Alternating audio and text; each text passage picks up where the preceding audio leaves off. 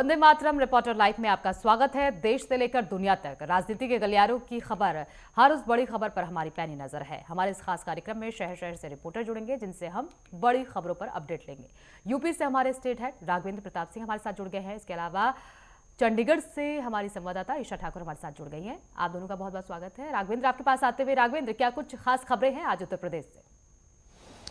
बिल्कुल सोनिया, उत्तर प्रदेश की खास खबरों की बात कर लें तो लगभग समूचा उत्तर प्रदेश इस समय मौसम की मार से जूझ रहा है। कल रात से ही हो रही बारिश और आंधी कहीं न कहीं किसानों, मजदूरों और नौकरी पेशा लोगों के लिए एक आफत बनकर दिखाई दे रहा है। लखनऊ की भी बात कर लें तो कल रात से ही यहाँ भी बारिश हो रही है, तेज हवाओं के झोंके चल रहे थे। बाराबंकी, उन्नाव, हरदोई, सीतापुर में कई जगह पेड़ गिरने की खबरें आई हैं। वहीं जिस तरह से मौसम विभाग ने पूर्वांचल के जौनपुर, आजमगढ़, गाजीपुर, चंदौली, वाराणसी, देवरिया, बलिया इन जनपदों में भयंकर ओलावृष्टि और आंधी तूफान, बिजली गिरने की सख्त अलर्ट जारी किया गया है मौसम विभाग की तरफ से। इसके अलावा अवध प्रांत की बात कर लें तो यहाँ पे भी तेज हवाओं का झोंका चलेगा, ऐसी संभावना मौसम विभाग ने व्यक्त की है। वहीं पश्चिमी यूपी की बात कर लें तो बिजनौर, मुरादाबाद, रामपुर, संभल, इसके अलावा दिल्ली एनसीआर के समीपवर्ती मेरठ, बुलंदशहर, आगरा, अलीगढ़ इन जनपदों में भी मौसम खराब है। तो एक तरह से कहा जा सकता है कि समूचा उत्तर प्रदेश इस समय मौसम की मार झेल रहा है। वहीं राजनीतिक गलियारे की बात कर लें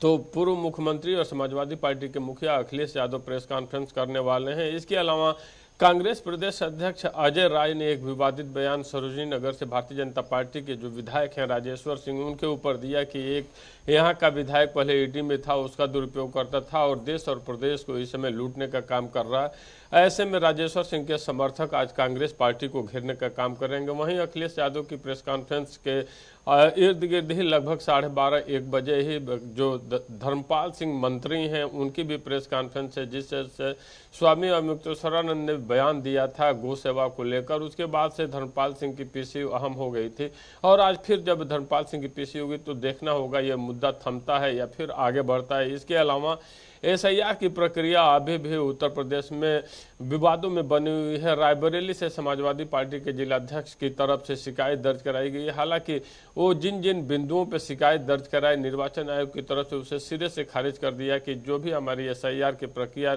चल रही है वो पूर्णतः ईमानदारी, पारदर्शिता, निष्पक्षता के साथ चल रही है, किसी भी पार्टी के साथ कोई भेदभाव नहीं किया जाएगा। अब अखिलेश यादव जब प्रेस कॉन्फ्रेंस करते हैं तो उस समय देखना होगा कि एसआईआर की प्रक्रिया पे भारतीय जनता पार्टी और निर्वाचन आयोग पे अब वो कितना हमलावर होते हैं, क्योंकि बिहार चुनाव के बाद से एसआईआर की प्रक्रिया को लेकर समाजवादी पार्टी लगातार बीजेपी और निर्वाचन आयोग पे हमलावर है। इसके अलावा कोडिन कफ सिरफ की बात कर लें तो उसमें गिरफ्तारियां अभी भी लगातार जारी हैं।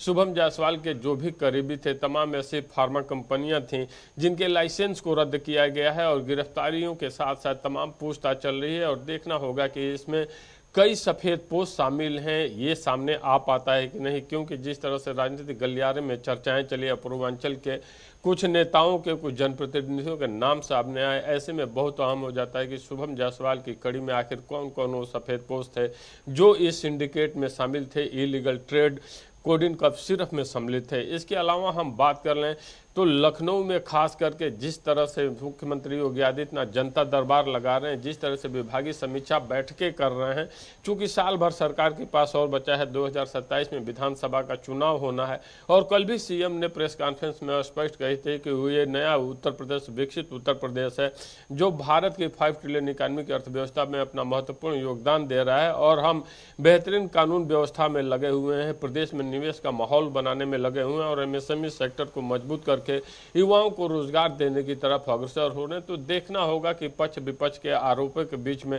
जब 2027 का चुनाव होता है तो कि ऊंट किस करोट बैठता है। जी सुनिए। ठीक है राघवेंद्र, आपके पास लौटूंगी इन्हीं खबरों पर ज्यादा जानकारी के लिए। ईशा, आपके पास आते हुए क्या कुछ खास खबरें हैं ईशा आज? देखिए, जिस तरीके से इस वक्त संसद का सत्र चल रहा है और केंद्र सरकार ने केंद्रीय बजट पेश कर दिया है, अब राज्य सरकारों की तरफ से भी अपना जो बजट है वो पेश किया जाना है। हरियाणा की बात करें तो बीते कल हरियाणा की कैबिनेट की बैठक में बजट सत्र को लेकर मंजूरी दी गई है और हरियाणा का जो बजट सत्र है वो 20 फरवरी से शुरू होने जा रहा है, जो कि 18 मार्च तक चलेगा। किस तरीके की कार्यवाही रहेगी इसके बारे में जो है जो बिजनेस एडवाइजरी कमेटी की जो बैठक है उसमें तय किया जाएगा और ये भी तय किया जाएगा कि हरियाणा सरकार अपना बजट कब पेश करेगी। हालांकि ये संभावना जताई जा रही है कि 25 फरवरी को हरियाणा का बजट आ सकता है, और क्योंकि वित्त मंत्रालय मुख्यमंत्री के पास है, और ऐसे में मुख्यमंत्री नायब सिंह सैनी बजट पेश करेंगे, और ऐसे में उम्मीदें भी हरियाणा की जनता को बहुत ज्यादा है हरियाणा से। और इसी के साथ जिस तरीके से आज हरियाणा के मुख्यमंत्री भी प्रेस कॉन्फ्रेंस करने वाले थे, लेकिन जिस तरीके से उन्हें पंजाब का दौरा भी आज करना है, इस वक्त वो रोहतक में मौजूद है, जिसके चलते आज की जो प्रेस कॉन्फ्रेंस है उसे रद्द किया गया है। और कल बजट को लेकर जो केंद्रीय बजट पेश हुआ है उसको लेकर हरियाणा को क्या कुछ सौगातें मिली हैं, इस संबंध में हरियाणा के मुख्यमंत्री सुबह 9:30 बजे प्रेस कॉन्फ्रेंस करेंगे। हालांकि आज की जो प्रेस कॉन्फ्रेंस है उसे रद्द कर दिया गया है। दूसरी तरफ देखिए, पंजाब में विधानसभा चुनाव को लेकर जो गतिविधियां हैं बड़ी तेजी से यहाँ पर बदलती हुई और सरगर्मियां तेज नजर आ रही हैं। शिरोमणि अकाली दल के जो पूर्व कैबिनेट मंत्री हैं और शिरोमणि अकाली दल के बड़े नेता हैं विक्रम सिंह मजीठिया, जो कि आय से अधिक संपत्ति मामले में पटियाला की नाभा जेल में बंद थे, बीते कल उन्हें सुप्रीम कोर्ट से बड़ी राहत मिली है। किसी भी वक्त नाभा जेल से आज विक्रम सिंह मजीठिया जेल से बाहर आ सकते हैं। हालांकि शिरोमणि अकाली दल की तरफ से जो जानकारी साझा की गई है उसमें कहा गया था कि आज सुबह 10 बजे उनकी रिहाई हो जाएगी। जो भी प्रक्रियाएं जेल से जुड़ी हुई वो पूरी इस वक्त फॉर्मेलिटी की जा रही है, और किसी भी वक्त नाभा जेल से विक्रम सिंह मजीठिया बाहर आ जाएंगे।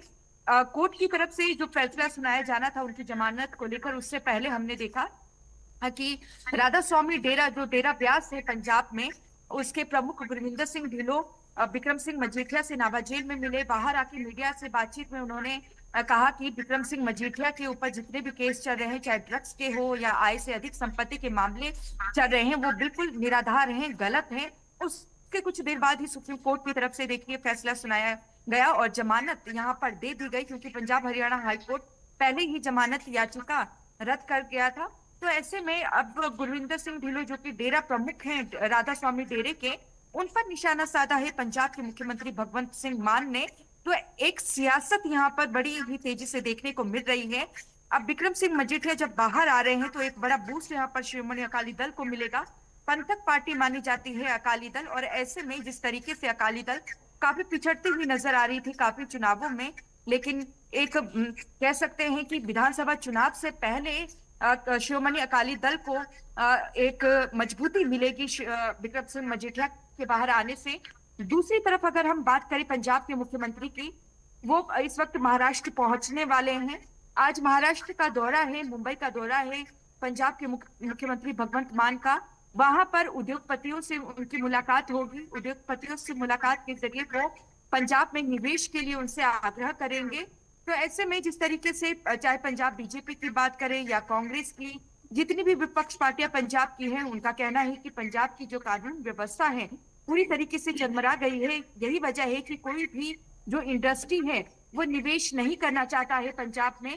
और ऐसे में पंजाब के मुख्यमंत्री जो मुंबई पहुंचे हैं, क्या वहां के जो इंडस्ट्रीज हैं वो यहाँ पर निवेश करने के लिए हामी भरते हैं या नहीं, वो देखना होगा। और थोड़ी ही देर में आज पंजाब के राज्यपाल और चंडीगढ़ के प्रशासक गुलाब चंद कटारिया अभी लोक भवन में प्रेस कॉन्फ्रेंस करेंगे। 1:15 बजे उनकी प्रेस कॉन्फ्रेंस है, और जो केंद्रीय बजट आया है उस पर भी अपनी बात रखेंगे, क्योंकि चंडीगढ़ के भी वो प्रशासक हैं, पंजाब के राज्यपाल हैं। और ऐसे में क्या जो केंद्रीय बजट में जिस तरीके से केंद्र सरकार कह रही है कि जो सपना है प्रधानमंत्री नरेंद्र मोदी का 2047 में भारत को विकसित भारत बनाने का, क्या उसकी नींव के जो रखी गई है, जो लगातार तर्क यहाँ पर केंद्र सरकार दे रही है, उसके जरिए क्या जो चंडीगढ़ यूटी है उसे उतना बजट मिल पाया है या नहीं, उसकी बात यहाँ पर गवर्नर की तरफ से रखी जाएगी। तो ये तमाम खबरें हैं जिन पे हमारी आज नजर है।